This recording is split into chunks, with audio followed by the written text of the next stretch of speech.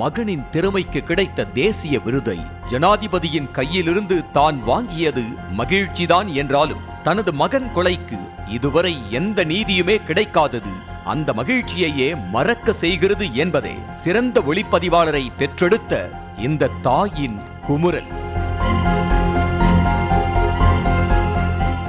மதுரை ஜெய்ஹிந்த்புரத்தைச் சேர்ந்த சரவண மருது சவுந்தரபாண்டி சினிமா ஒளிப்பதிவாளராக முயற்சி செய்து ஷார்ட் பிலிம்களுக்கும் ஒளிப்பதிவு செய்தார்.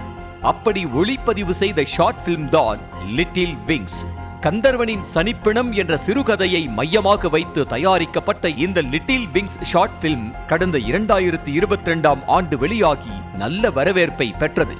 இந்நிலையில் 2023ஆம் ஆண்டு அக்டோபர் மாதம் 14ஆம் தேதி வீட்டை விட்டு வெளியில் போன சரவண மருது சவுந்தரபாண்டி திடீரென காணாமல் போனார்.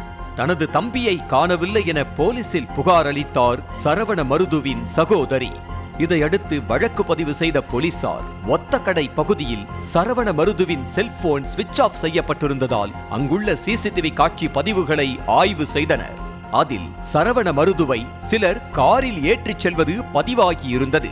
அடுத்து அந்த கார் எண்ணை வைத்து அதே பகுதியைச் சேர்ந்த சக்திவேல், அவரது மாமனார் முருகன் மற்றும் மைத்துனர் ராஜபிரபு ஆகியோரிடம் விசாரணை நடத்தினர். அதில் சரவண மருது தனது மனைவியுடன் தகாத உறவில் இருந்ததாகவும் அதனால் கொலை செய்ய திட்டமிட்டதாகவும் கூறிய சக்திவேல் பேச்சுவார்த்தைக்காக காரில் அழைத்துச் சென்று அரிவாளால் வெட்டி கொலை செய்து உடலை கீரனூர் கண்மாயில் புதைத்ததாக வாக்குமூலம் கொடுத்ததாக கூறப்படுகிறது. இதையடுத்து சக்திவேல், மாமனார் முருகன் மற்றும் மைத்துனர் ராஜபிரபு ஆகிய 3 பேரையும் கைது செய்து போலீசார் சிறையில் அடைத்த நிலையில் சில நாட்களிலேயே 3 பேரும் ஜாமீனில் வெளியே வந்தனர். இந்த நிலையில் 2025ஆம் ஆண்டுக்கான 71வது தேசிய திரைப்பட விருதுகள் டெல்லியில் அறிவிக்கப்பட்டன.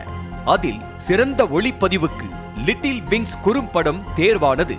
அந்த விருதை வாங்க சரவண மருது உயிரோடு இல்லாததால் அவரது தாய் முத்துலட்சுமி ஜனாதிபதியின் கையால் விருதை பெற்றுக் கொண்டார். இதையடுத்து சரவண மருதுவின் தாய் முத்துலட்சுமியும் சகோதரி மருதவள்ளியும் டெல்லியிலிருந்து மதுரை வந்தனர். தீபாவளி, பொங்கலுக்கு கூட சொந்த ஊருக்கு வராமல் பெங்களூருவிலேயே இருந்த சரவண மருதுவால் எப்படி மதுரையில் உள்ள ஒரு பெண்ணுடன் தொடர்பில் இருக்க முடியும் என ஏற்கனவே அவரது குடும்பத்தார் கூறி வந்த நிலையில் தற்போது செய்தியாளர்களை சந்தித்தார் மருதவள்ளி. தேசிய விருது மட்டுமே தங்களுக்கு முழுமையான சந்தோஷத்தை கொடுத்துவிடவில்லை எனவும் தனது தம்பி கொலைக்கான உண்மையான காரணத்தை வெளிக்கொண்டு வர வேண்டும் எனவும் கூறினார். 71வது தேசிய விருதுல என்னோட தம்பி சரவண மருது சவுந்தரபாண்டிக்கு சிறந்த ஒளிப்பதிவுக்கான விருது கிடைச்சிருக்கு. இன்றைய சூழல்ல அவர் இல்லாத காரணத்தினால அந்த விருதை அவங்க அம்மா முத்துலட்சுமி, எங்க அம்மா போய் அந்த விருதை பெற்று வந்திருக்காங்க. அதாவது சரவண மருது சவுந்தரபாண்டி 2023 கொலை செய்யப்பட்டு இறந்துட்டாரு.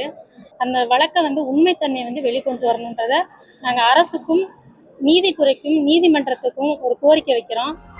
தமிழக அரசும் நீதிமன்றமும் தாமாக முன்வந்து வழக்கை சிபிஐக்கு மாற்ற வேண்டும் என கோரிக்கை விடுத்த மருதவள்ளி தனது தம்பி உயிரிழந்து 1.5 ஆண்டுகளுக்கு பின்னர் தான் DNA டெஸ்டே எடுக்கப்பட்டது என்றும் வழக்கு விசாரணைக்கு கூட வரவில்லை என்றும் வருத்தம் தெரிவித்தார். இறந்து 1.5 வருஷத்துக்கு அப்புறம் தான் DNA டெஸ்டே எடுத்தாங்க. இந்த வழக்கு இன்னும் விசாரணைக்கு கூட வரல. இன்னும் வழக்கு விசாரணை கூட இன்னும் கிடக்குலதான் இருக்கு. அதனால இந்த கொலை வழக்கு சரவண மருது சவுந்தரபாண்டி இறப்ப சிபிஐக்கு மாத்தி தரணும்னு நாங்க அரசுக்கும் நீதிமன்றத்துக்கும் ஒரு கோரிக்கை வைக்கிறோம். சரவண மருது கொலை செய்யப்பட்டதற்கான உண்மையான காரணம் தெரிந்தால்தான் தேசிய விருது பெற்றதற்கான முழு மகிழ்ச்சியும் கிடைக்கும், நீதியும் நிலைநாட்டப்படும் என்றார். நியூஸ் தமிழ் செய்திகளுக்காக செய்தியாளர் விக்னேஷ்.